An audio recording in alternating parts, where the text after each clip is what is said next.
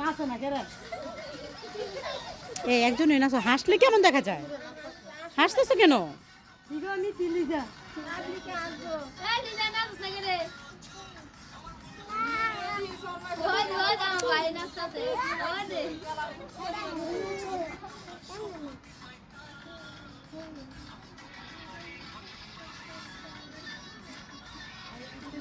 হ্যাঁ বাবা তুই দিন না। নাচে না। হুম।